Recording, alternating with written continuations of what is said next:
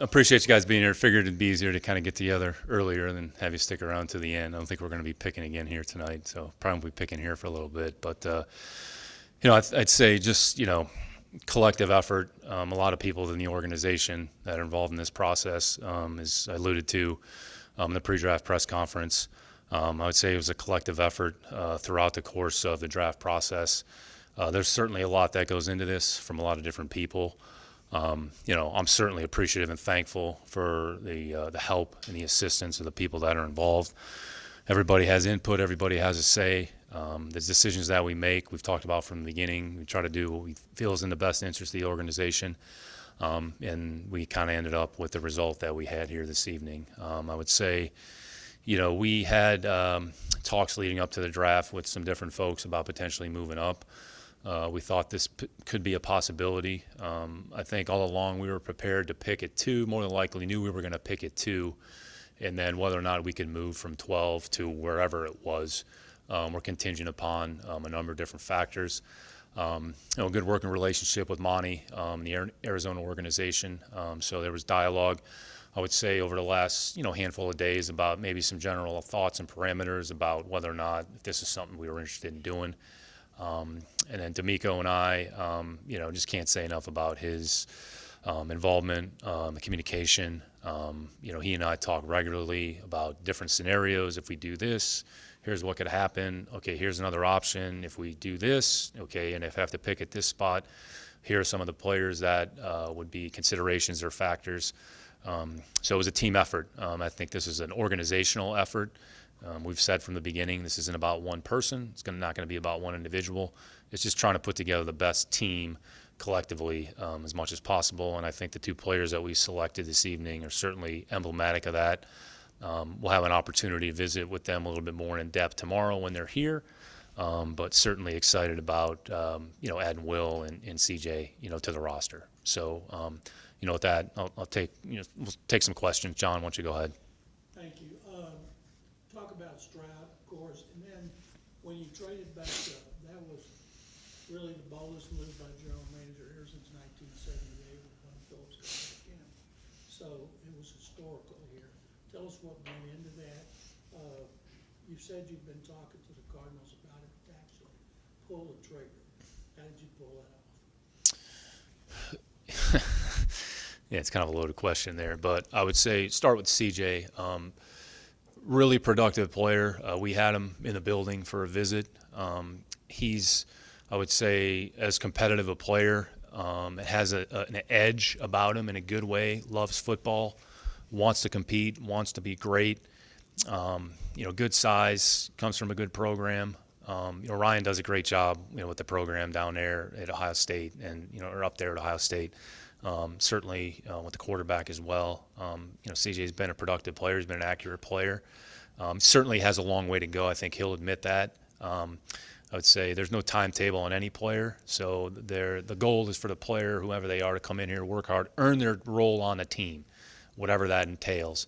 But he's a player that our coaches spent a lot of time on, spent a lot of time with, had a lot of constructive discussions. We felt that was the best decision for us to make. And as far as the trade is concerned, it just really comes down to doing what we feel is best for the football team, and it was an opportunity to get a player who we thought very highly of. We knew that he wasn't going to last, and we felt that adding him to our football team was something that we wanted to do. Can't say enough good things about Will, just the person that he is, the human being that he is, his leadership.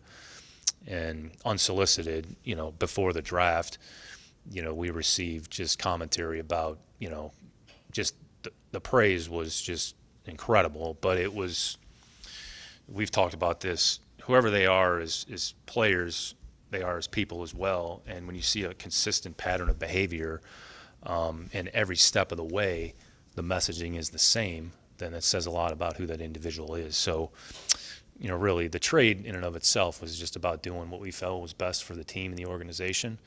And I would say trades are always a product or a function of the player. And, I would say just from our perspective, it's not about like what the points tell you on a chart. If you have conviction about a player and you want a player and you think the trade is the right thing for you to do, then you go ahead and do it, which is what we did. So I would say we're certainly not worried about like what the points are and what the trade chart says. I mean, it doesn't really mean anything. So so the trade was really driven more by this is a player we thought would bring a lot of value to our team. So that's why we went ahead and did it. We'll go to Chris. Go ahead, Christy.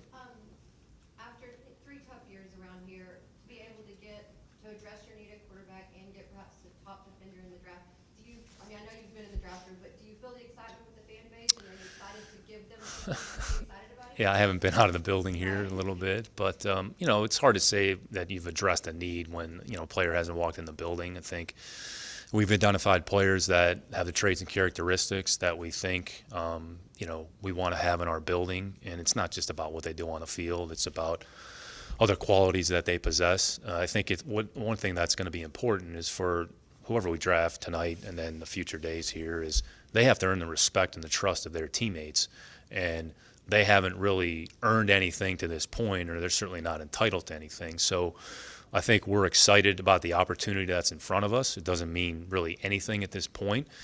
We know that our opponents and the teams in our division, they're going to add good players as well. So all we can do is focus on the Texans and what we're trying to do. So if the fans are excited, that's great. So I think they'll be more excited, when we win games. And, we're a long way away from playing our first game there in September. But I think this is about just repetitive action over the course of time and being consistent.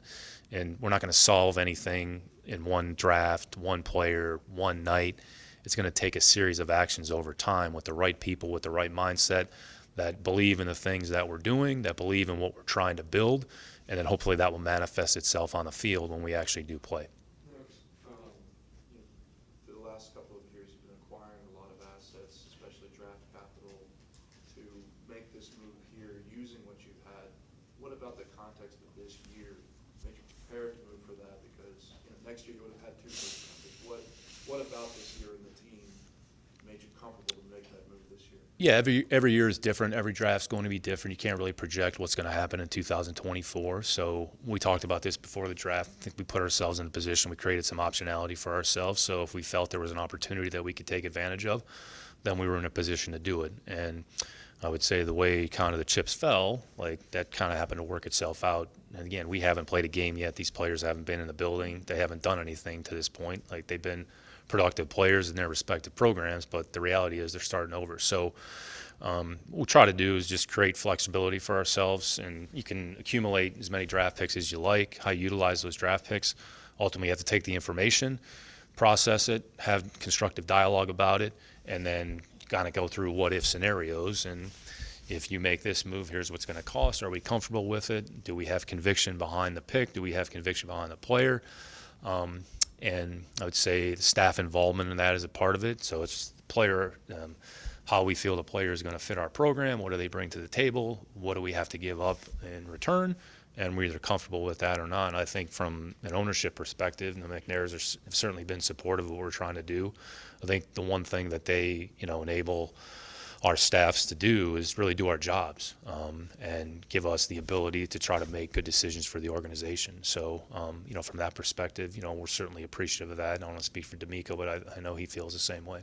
Aaron and Jonathan, when you have a chance to draft C.J. Stroud and two overall right after Bryce goes off, how much was it that you felt good that you scouted both guys, kind of had an understanding of both quarterbacks, and then once one's not available, did you have a good with another quarterback? Yeah, and it's not really specific to the quarterback position, Aaron. I mean, really our responsibility and job is to know each position kind of top to bottom and know who the players are, what are their strengths, what are their weaknesses, what's the role that you potentially could envision for them. It doesn't really mean anything, though, until they actually get here. So, but having an overall understanding of the board top to bottom and then across positions, like that's our job, that's our responsibility when we scout and evaluate players. So, and I think we've done that along the way. We've talked about this. I mean, Lip and the college staff do an unbelievable job. So, but that's what they're here to do. So everybody has a job, everybody has a responsibility. Every player is important. So however many players we ended up with on the board, the final count, whatever that was, like we're going to know those players. And, we're over the last week or so, we've talked about players that are not going to get drafted that we would want to add to our team. So it's not, well, let's focus on like these two players, these couple players at this position. Really focus on, let's call it however many players there are. It's probably 150 to 200 players, including some of the undrafted players. So our job is to know those players, what they bring to the table, what's the opportunity, when can we add them to the team. And then once they actually get here, then they're essentially starting over, and their progression is going to be based on how quickly they assimilate to our culture, what we're trying to do, and then a performance on the field will ultimately dictate who's going to play. With Jonathan and then Ed. Nick, at what point did you feel like you all had a consensus of kind of convictions on CJ? And what in particular did you like most about him during the evaluation? Yeah, I mean, I think this process is always fluid, so you never get to, the light bulb goes on, and okay, well, here it is. So it's constant discussion, constant dialogue, constant research, really all the way up until the draft. So, that's what you're supposed to do. That's what our job is. You don't really settle, okay, we have enough. Well, let's just go back and let's confirm. Here's what we think it is. We've accumulated maybe some additional information. Let's confirm it. What does it tell us? Is it consistent with what we've heard previously? All right, and then really you arrive at an endpoint and say, all right, we know any player. We know what the player is. We know what they're about. We're comfortable with it, right, wrong, or indifferent. Every player has strengths. Every player has weaknesses. You're essentially saying whatever they have that you're comfortable with when they walk in the building. So there's never an endpoint where you say, okay, all of a sudden, like, we're good. Like, you're really never good up until you pick the player, and then once you pick the player, then we kind of recalibrate. So now the next step is for them to come in the building, rookie mini camps in a couple weeks. We'll do some sports performance testing, kind of get a baseline of where they are from the strength, from their endurance, from their power. We'll see where they are on the field. We'll go out there for rookie mini camp. Probably won't do anything too substantive, but we'll get a workout, and then really they're going to go into phase 2, so they're behind our players. So it's constantly moving. There's never an end point. So it's like, oh, what are you going to do when the draft's over? Well, we're going to flip the page, and then we're going to focus on phase 2. We're going to focus on our players, and we're going to continue the team building aspect, like whatever that entails. So specific to CJ, I think I alluded to it in the opening. I'd say his toughness, his competitiveness, his leadership, his accuracy, like those are all strengths of his. There's certainly things that he's going to have to work on. There's things that he's really probably never seen defensively, what some of the other teams are going to do. He's going to have to learn our vernacular, our vocabulary of how we call plays, our offense, probably a lot different than what he did with Coach Day at Ohio State. It doesn't mean one's better or one's worse. It just means you're essentially starting over. So it's just like when you go from, college, or you go from high school to college, like you're essentially starting over. When you take your, intro finance class, it's probably a little bit different than, whatever your econ class was in high school, if they even teach that. So everybody's starting over, but, CJ has a lot of qualities that, we like, and which is why we felt comfortable making the pick that we did. Go ahead. Nick, could you explain the mechanics of exactly when you had both the second and third? Yeah, so we made the pick with CJ there, and Arizona was on the clock, and then we were on the clock, and we were really going back and forth on the trade compensation. So I'd say the trade itself was actually consummated with about a minute and a half left on the clock. So it's us to Arizona, okay, we have a deal, us to the league, okay, we're doing a trade with Arizona, here are the terms, here are the parameters, they have to match it up. Okay, you're good, you're on the clock, be ready to submit the pick. So there's a lot happening in a short period of time. So we were under 5 minutes, and then we're really under 2 minutes. So we had to get the pick ready to submit on a computer. So as soon as we were on the clock, it was ready to go, get the player on the phone. So, we had dueling phones working there for a little bit. So, and then I'd say we probably made the pick with less than a minute left. So the clock didn't run out, so at least we were able to make the pick. When you came in the office today, did you have a feeling you were going to make picks 2 and 3? When the draft started, did you have a sense you were going to make picks 2 and 3? We didn't really know. We thought, well, maybe there's a possibility. Our job and, part of my responsibility is to explore every alternative and every option. So I would say throughout the course of the day today, there were some exploratory discussions, not only with Arizona, but with some other folks. Well, we're at 12. Okay, if we're going to come up from 12, what would it take? All right, here's what it would take. All right, let's see how it goes. And that was really all the way up until. And then I think as soon as Arizona was on the clock, then I would say the pace of those dialogues and discussion picked up. Nick, what was the We're going Omar and Sean. Hold on, Matt, we'll get to you. We're going Omar and Sean. David, you and D'Amico have both expressed, the sentiment that you don't want to put too much pressure on a player you might draft really high. Is having 2 picks really high, 2 potential pillars of the team going to have to play a role in that? Yeah, it doesn't change anything, like the expectation. And when they get here, D'Amico will spend time with both players. But I think their job, their responsibility is to come in with the right attitude, with the right mindset, understand that they're part of a team, understand that they now have a home, and understand that they have to earn the trust and the confidence of their teammates around them. So they have a lot of work to do. I think they understand that. They think they just want to be a part of the team and want to be a part of the solution. So we're not going to use any labels. We're not going to put any terms on anybody. We're not going to put any timetables on anybody because, quite frankly, it's not fair to the players. It's not really responsible to the rest of the team. So the expectation for the players that are in our building is the same. D'Amico is going to lay out the expectations about what he expects. And then the job of the player, in turn, is to respond and to be a good teammate, to do the right thing, put the team first, focus on your job, focus on improvement, focus on getting better, focus on taking advantage of your opportunity, whatever those are.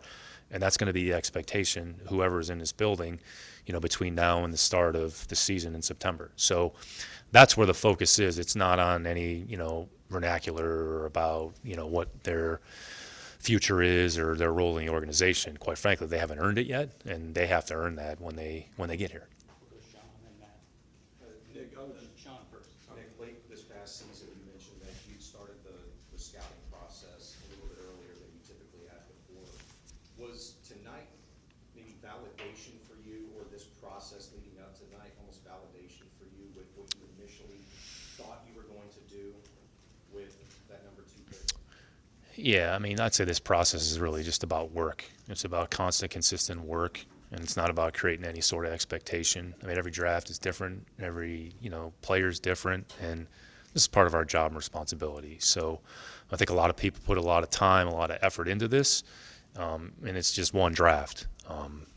There's going to be future drafts ahead of us. So I think our job is to, as best we can, continually over the course of time, just add good players that are good people that are going to do the right thing, the organization. So, you're never going to rest on your laurels. There's never really any validation. It's not about that. It's just about, I think, those of us that are fortunate to be in the positions that we're in enjoy what we do and understand it's a process. And, you just have to find ways to continually improve and just try to make good, sound decisions over the course of time. And, if something doesn't go the way you expect or it doesn't work out, okay, why didn't it work? What happened? Let's try to mitigate the risk. Let's try to mitigate the downside. And there's really no guarantee.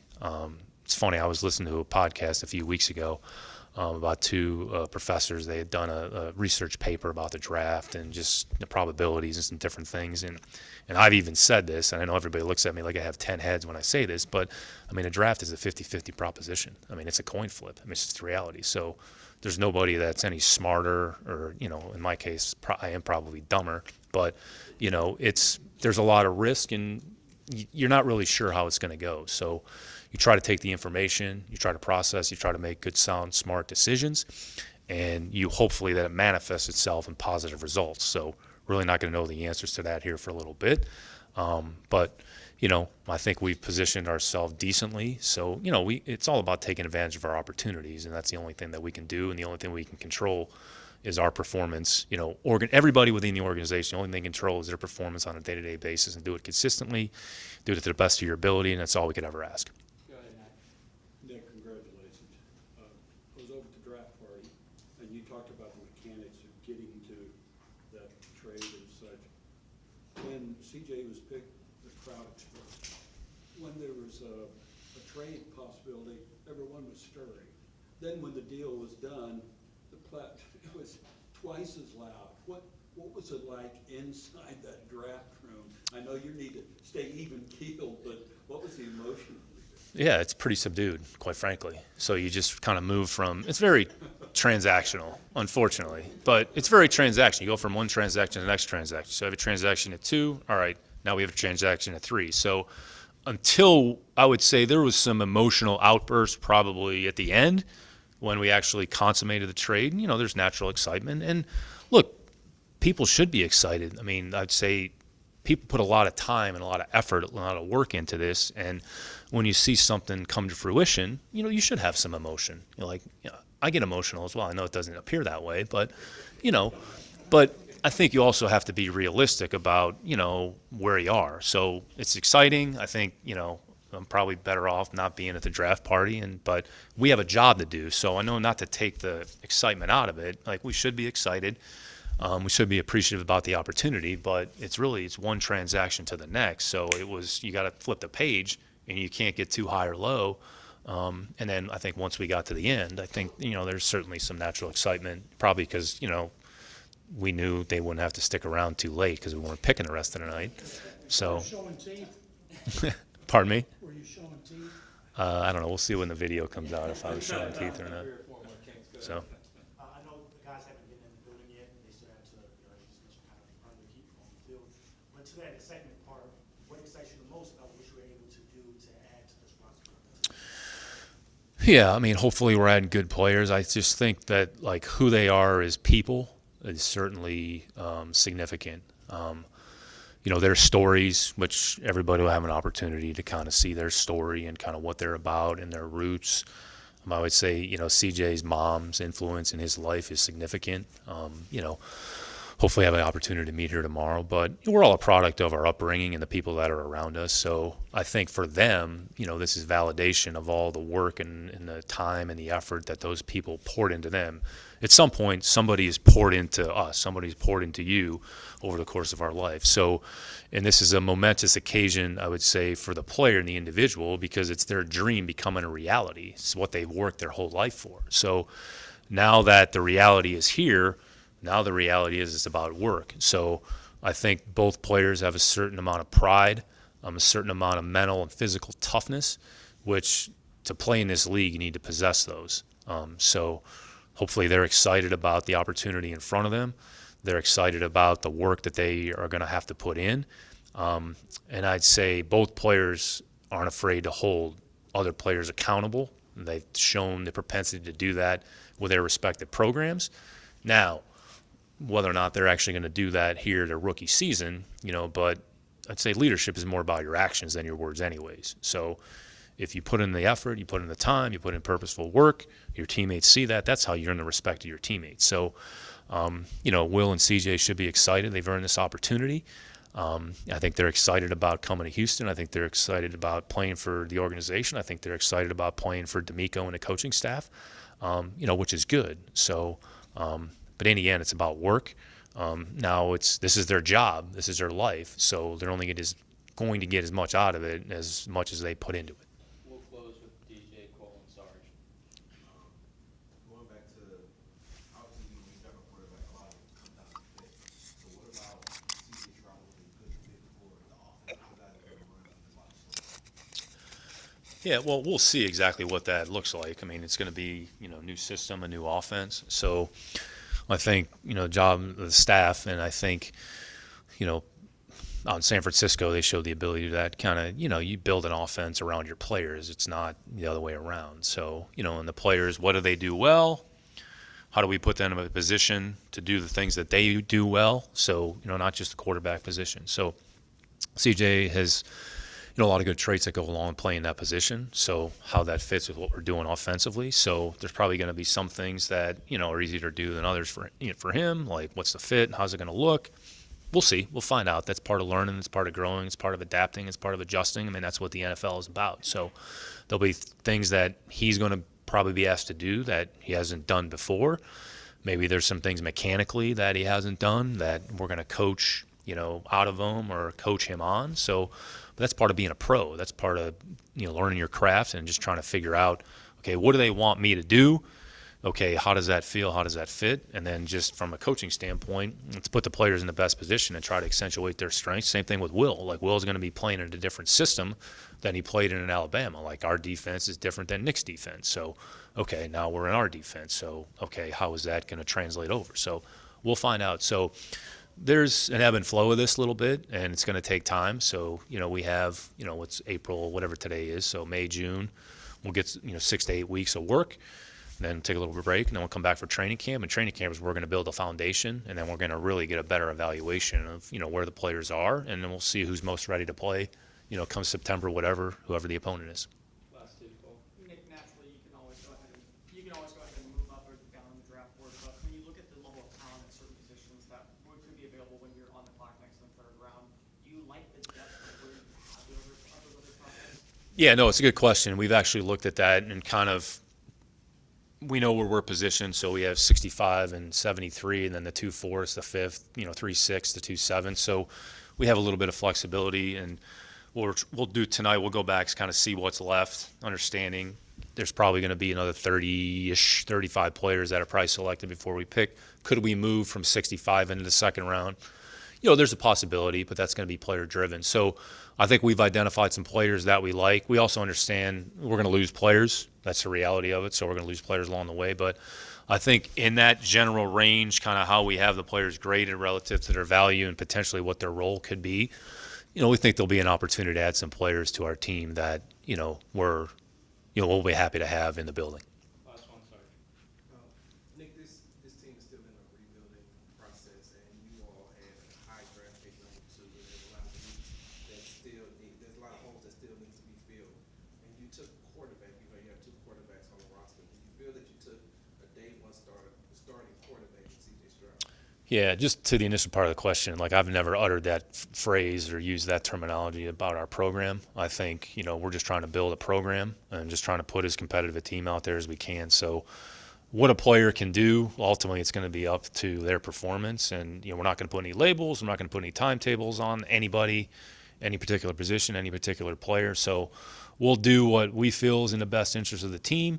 D'Amico will make the decisions, and the coaching staff will make the decisions that we feel are best for the team. We'll put the best players out there that are ready to play and that are prepared to take advantage of opportunities. So as far as to Omar's question, we're really not about labels, we're really not about terminology around here. We're about consistent, purposeful work, trying to build a program that's sustainable over the course of time. So however we get to that point with whoever those players are, ultimately that's what our intention and our goal is going to be. Thanks, Nick. All right. Thank you. Thank you.